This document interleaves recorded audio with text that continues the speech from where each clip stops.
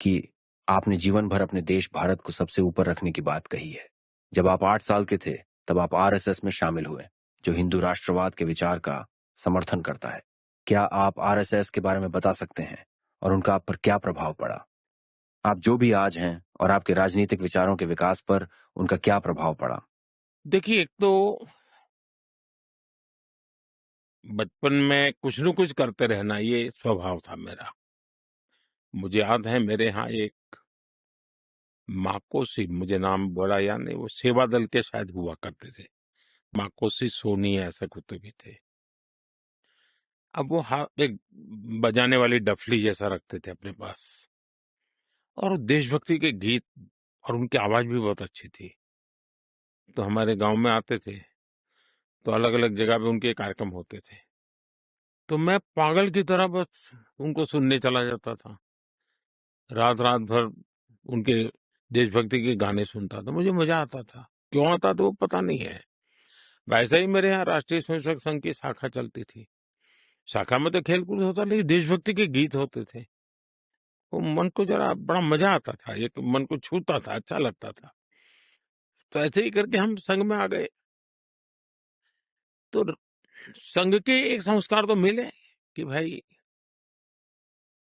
कुछ भी सोचो, करो, अगर वो पढ़ते हो तो भी सोचो कि मैं इतना पढूँ मैं देश के काम आऊँ। अगर व्यायाम करता हूँ, मैं ऐसा व्यायाम करो कि मेरा शरीर भी देश को काम आए। ये संघ के लोग सिखाते रहते हैं। अब संघ एक बहुत बड़ा संगठन है, शायद अब उसके 100 साल हो रहे हैं, ये 100वां वर्ष है और दुनिया में इतना बड़ा स्वयंसेवी संगठन कहीं होगा ऐसा मैंने तो नहीं सुना है। करोड़ों लोग उसके साथ जुड़े हुए हैं। लेकिन संघ को समझना इतना सरल नहीं है। संघ के काम को समझने का प्रयास करना चाहिए और संघ स्वयं तो एक पर्पज ऑफ लाइफ जिसको कहे, इसके विषय में आपको एक अच्छी दिशा देता है। दूसरा, देश ही सब कुछ है और जन सेवा ही प्रभु सेवा है। ये जो हमारे वेद काल से जो कहा गया है, जो हमारे ऋषियों ने कहा, जो विवेकानंद ने कहा, वही बातें संघ के लोग करते हैं। तो स्वयंसेवक को कहते हैं कि भाई तुम्हें संघ में से जो प्रेरणा मिली, वो 1 घंटा शाखा है, वो स्वयं नहीं, यूनिफॉर्म पहनना वो स्वयं संघ नहीं है। तुमने समाज के लिए कुछ करना चाहिए और वो उस प्रेरणा के आज ऐसे काम चल रहे हैं, जैसे कुछ स्वयंसेवकों ने सेवा भारती नाम का संगठन खड़ा किया है। ये सेवा भारती जो गरीब बस्तियां होती है, झुग्गी झोपड़ी में गरीब लोग रहते हैं, जिसको वो सेवा बस्ती कहते हैं।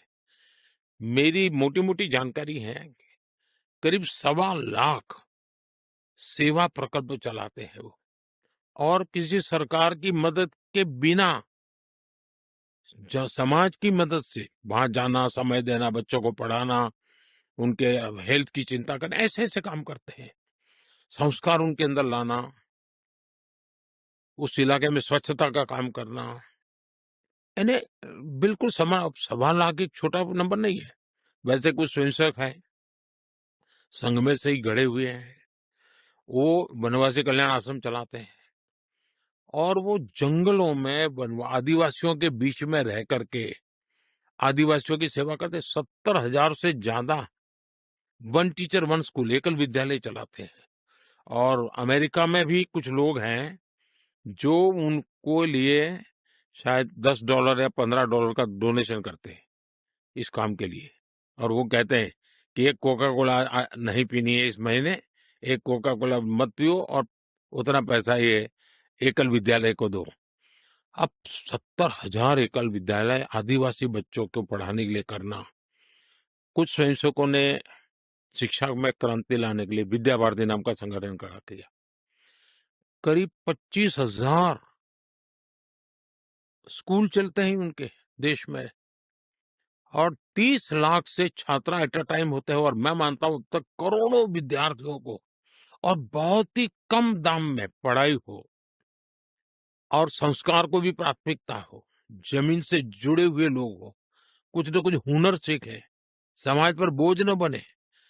यानी जीवन के हर क्षेत्र में वे, चाहे महिला हो, युवा हो, इवन मजदूर, शायद उन मेंबरशिप के हिसाब से मैं कहूँ तो भारतीय मजदूर संघ है, शायद उसके 55,000 के करीब यूनियंस हैं शायद, और करोड़ों की तादाद में उनके मेंबर्स हैं।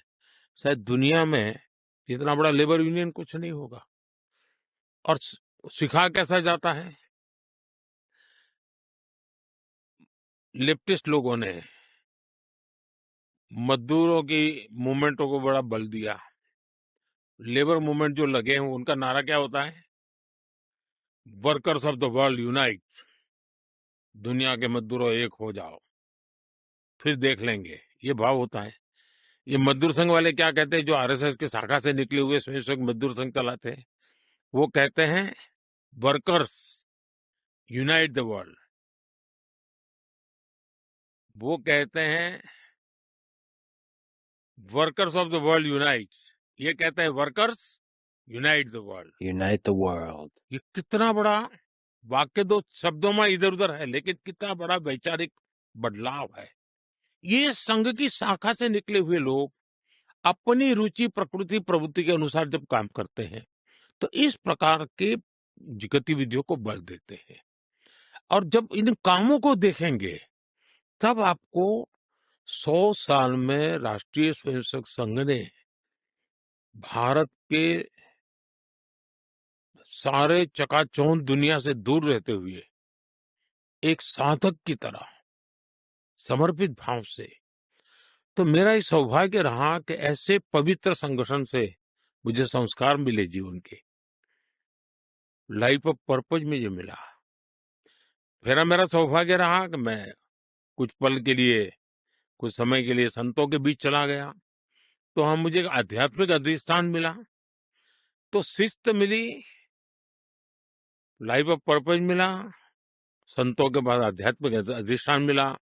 स्वामी आत्मस्थानंद जी जैसे लोगों ने जीवन भर मेरा हाथ पकड़ करके रखा, हर पल मेरा मार्गदर्शन करते रहे।